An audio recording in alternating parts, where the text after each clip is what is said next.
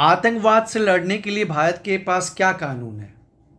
Sir, Bharat के पास दो कानून है। एक अनलॉफुल एक्टिविटीज प्रिवेंशन एक्ट और दूसरा जो है नेशनल सिक्योरिटी एक्ट। LOC और LSC दोनों में क्या डिफरेंस है?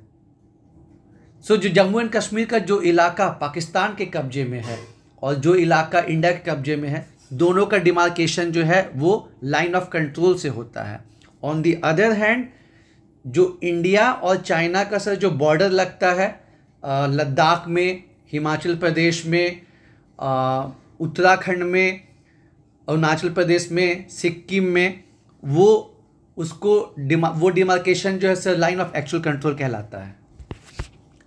शिमला एग्रीमेंट क्यों न्यूज़ में है? सर, हाल ही में पहलगाम अटैक के बाद शिमला एग्रीमेंट को जो है पहले पाकिस्तान ने सस्पेंड किया, उसके बाद इंडिया ने भी रिटेलिएट किया है।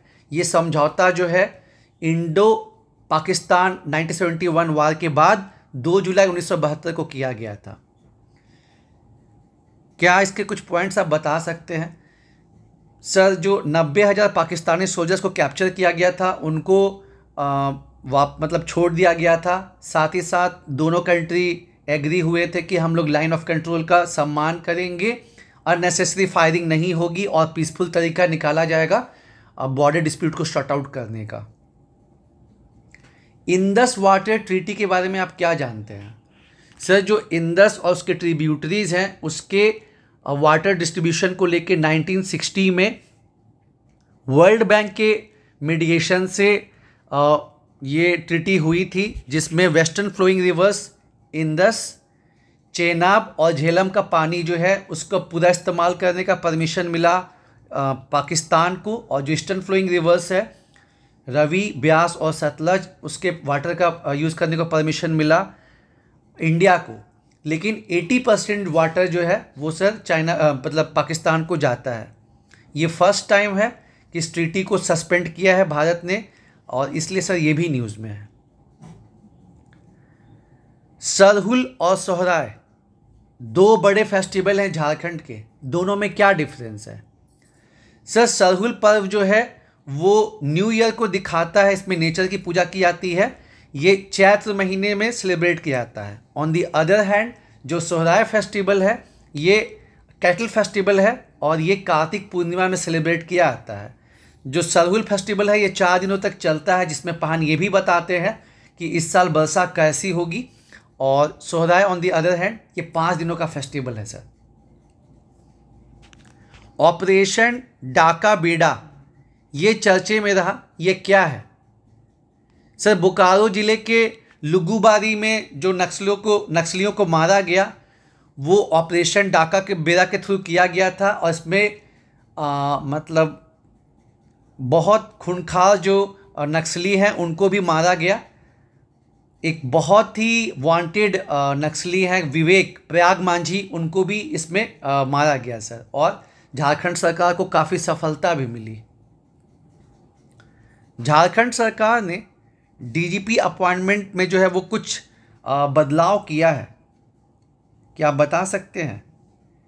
सर, जनवरी 2025 में झारखंड सरकार ने DGP अपॉइंटमेंट के लिए एक नई प्रक्रिया की घोषणा की है, जिसमें रिटायर्ड हाईकोर्ट के जज जो हैं उस कमेटी के हेड होंगे। इसके अलावा चीफ सेक्रेटरी, होम सेक्रेटरी, एक फॉर्मर DGP और UPSC से एक सदस्य और JPSC के चेयरपर्सन भी उसमें होंगे।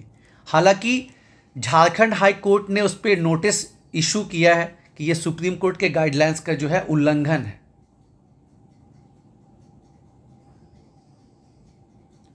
मानस पोर्टल जो है वो चर्चा में है, ऐसा क्यों है?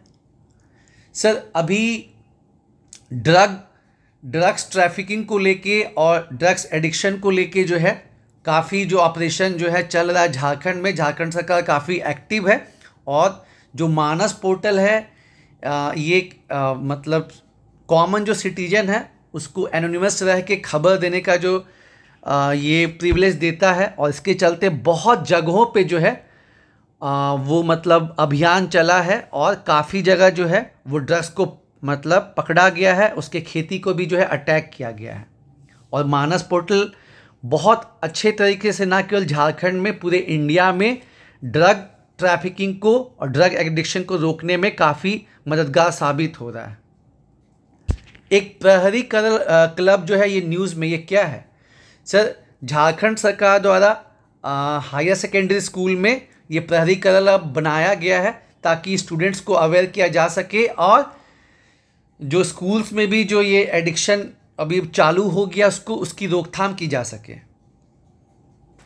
सुप्रीम कोर्ट और हाई कोर्ट के जजेस को हटाने की क्या प्रक्रिया है सर? सुप्रीम कोर्ट या हाई कोर्ट को जो हटाने की प्रक्रिया है वो या तो रेजोल्यूशन जो है राज्यसभा में या लोकसभा में लाया जा सकता है। जब ऐसा फील होता है कि मिसबिहेवियर हुआ है या फिर इनकैपेसिटी है, तब राज्यसभा में एटलीस्ट 50 मेंबर्स की सहमति चाहिए और लोकसभा में 100 मेंबर्स की, और उसके बावजूद जो है इसमें जो स्पीकर हैं या फिर जो वाइस प्रेसिडेंट हैं उनको जो है अप्रूवल देना होगा।